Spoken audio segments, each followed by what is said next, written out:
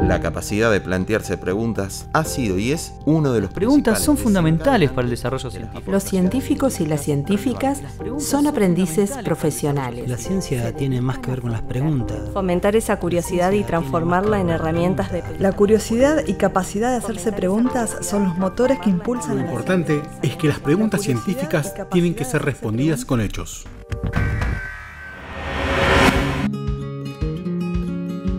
Las zoonosis constituyen un grupo de enfermedades de los animales que son transmitidas al hombre por contagio directo con el animal enfermo o por el consumo de alimentos de origen animal que no cuentan con los controles sanitarios correspondientes.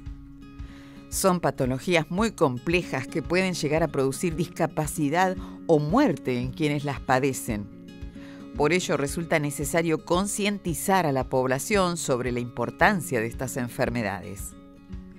En ese sentido, la salud pública veterinaria se encarga de las contribuciones que realiza la medicina veterinaria para la promoción y el logro de la salud humana, entre las que se destacan las orientadas a reducir el sufrimiento humano y evitar la muerte, a través de la prevención y el control de la zoonosis. Es por esto que los veterinarios y las veterinarias, como agentes de salud, ¿cómo actúan frente a la detección de enfermedades zoonóticas?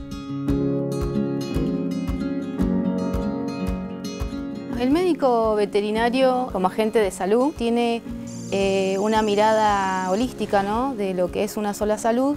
Los tres ejes fundamentales en los que interviene y tiene un rol muy importante es en la salud ambiental, la salud humana y la salud animal. Está constantemente haciendo vigilancia epidemiológica dentro de las enfermedades de notificación obligatoria. Estas enfermedades zoonóticas son lo que significa la zoonosis, es la enfermedad transmitida de los animales al hombre. Lo que hace es prevenir esas enfermedades o detectar la enfermedad cuando ya se produce. Una vez que esa enfermedad se detecta, se denuncia, se interviene en lo que es el control de la enfermedad, ¿no? Tanto del paciente humano, que ha sido afectado por esta zoonosis, y después evitar, obviamente, un brote en cuanto a esa enfermedad. Por lo tanto, el médico veterinario tiene que trabajar de manera interdisciplinaria, intersectorial, interinstitucional, con otras profesiones para poder abordar de manera integral este tipo de temáticas que son la zoonosis. Hay un sistema de vigilancia epidemiológica, es un sistema, ¿no?, donde se hace la denuncia y a través de esa denuncia que hace el veterinario dentro de ese sistema, lo toman los agentes de salud. Hay médicos veterinarios que trabajan dentro del sistema de salud, en el Ministerio de Salud, en la Dirección de Epidemiología, en donde se hace la vigilancia y una vez que se detecta se hace la acción, ¿no? La acción es el bloqueo de ese brote, posible brote, y también evitar que más gente se enferme. Los que están obligados a notificar es el médico, los bioquímicos, los veterinarios, los técnicos de laboratorio y también, como tenemos en las unidades académicas como la Facultad de Ciencias Veterinarias, que también hacen servicios de diagnóstico, también hacen las denuncias a este sistema. Lo importante de esto es hacer la vigilancia y también eso se utiliza para hacer prevención dentro de lo que es una población, ¿no? Una vez que uno detecta esto, se disparan alertas que van activando las distintas instituciones que son las encargadas de hacer la fiscalización sanitaria en animales, por ejemplo, SENASA o el Ministerio de Producción. Entonces, cuando uno detecta un caso humano de una enfermedad, una zoonosis, ese caso que nosotros detectamos se interviene, se le da espacio a distintos lugares que van a intervenir en hacer el control de esos animales y dependiendo qué enfermedad, qué zoonosis está presentándose, se va a hacer la intervención de eliminación de esos animales de producción, diagnósticos de esos animales, ver el ambiente donde se está haciendo la producción animal y certificar si esos animales están teniendo una sanidad acorde a la producción y para evitar que gente se enferme.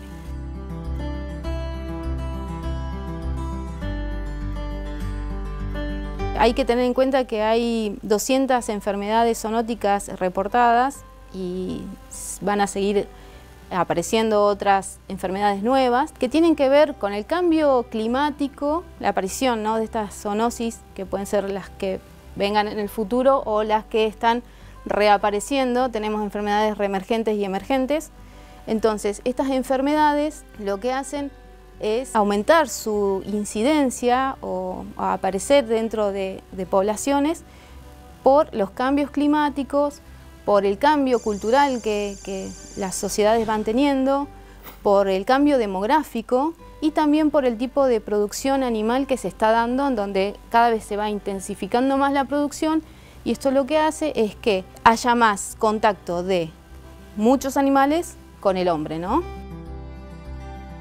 Tenemos que tener en cuenta que la zoonosis, hay varios agentes etiológicos que la van a provocar. Tenemos agentes virales, parasitarios, bacterianos y hongos. La mayor parte de las zoonosis están provocadas por agentes virales. Luego siguen los agentes bacterianos, parasitarios y hongos. Estos agentes virales, como para poner un ejemplo, tenemos la rabia, hantavirus, fiebre hemorrágica argentina. Después tenemos enfermedades bacterianas como la leptospirosis, brucelosis, tuberculosis.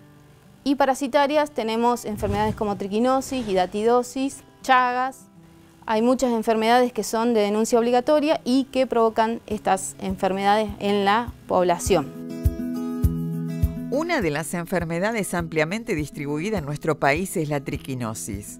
Los brotes de esta enfermedad son de notificación obligatoria, siendo en su mayoría durante la época de bajas temperaturas, relacionado al momento del año en que se realiza con mayor frecuencia la faena de animales provenientes de crianza familiar.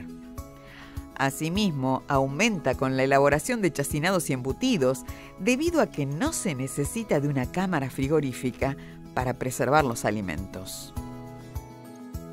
La triquinosis es una enfermedad parasitaria, endémica, que afecta a muchos países en el mundo, siendo Argentina y nuestra provincia endémica con respecto a esta enfermedad. Se detectan todos los años casos en humanos y también en animales. Es una enfermedad parasitaria que afecta, como les decía, a todos los animales en general, mamíferos, tanto salvajes como domésticos, de baja especificidad, incluso lo podemos encontrar en aves y reptiles, y nos enfermamos por la ingestión de carne contaminada que tiene larvas en su interior en dichos animales, en la musculatura de dichos animales. El agente causal es un parásito muy pequeño, mide de 1 a 4 a 3 milímetros el tamaño aproximadamente, y que se ubica en distintos, o tiene afinidad por distintos músculos, generalmente músculos estriados como intercostales, músculos de la boca, orbitales.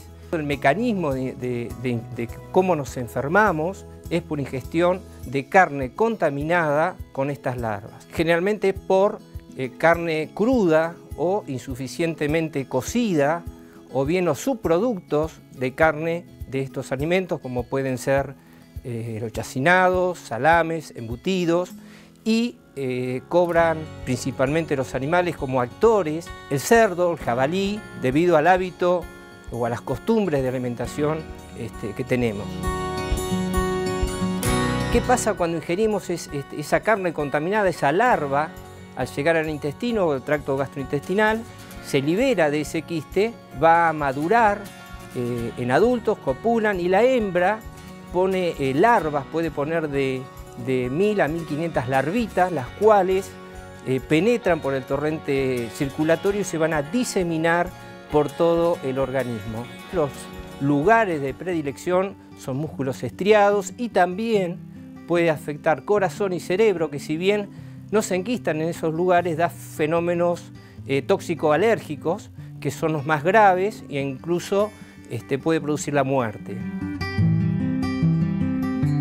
Tiene 3 fases esta enfermedad: la fase gastrointestinal, que es la primera fase con respecto a la sintomatología, en la cual aparecen cólicos, vómitos, diarrea, fiebre muy marcada, que esto corresponde a la presencia de los parásitos en el intestino. Posteriormente sigue una fase de diseminación, que es cuando las larvas se diseminan por el torrente circulatorio y se ubican en distintos órganos, en los cuales acá ya tenemos cefalea, tenemos dolores musculares, miositis, y por último tenemos la fase de convalescencia o quística, que es cuando esa larva se enquista, se rodea de una cápsula propia de ella y otra que produce el organismo.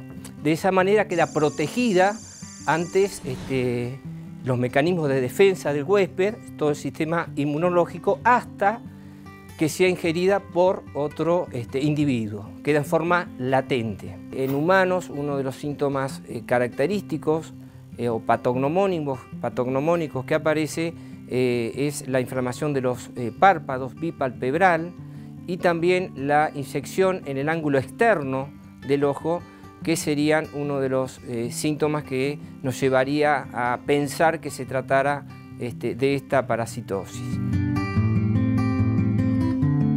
Con respecto a la prevención tenemos 3 ejes. Uno con respecto al criador de cerdo, que lo haga en instalaciones adecuadas, con higiene, una higiene correcta, aunque muchas veces es difícil, que no se le administre alimentos de residuos de casas de comida, restaurantes, carnicerías, frigoríficos, es decir, que debe recibir una buena alimentación, no criarlos en basurales o cercanos a los mismos, y tenemos un actor secundario que es el reservorio natural, que son las ratas. Entonces evitar la presencia de estos roedores en la cría de los cerdos. En segundo lugar, todo destinado a los faenadores, qué medidas debe tomar el faenador de los cerdos, sobre todo aquellos que lo hacen en forma familiar o clandestina en muchos casos, en los cuales lo único que pedimos es que se realice el análisis correspondiente a esa carne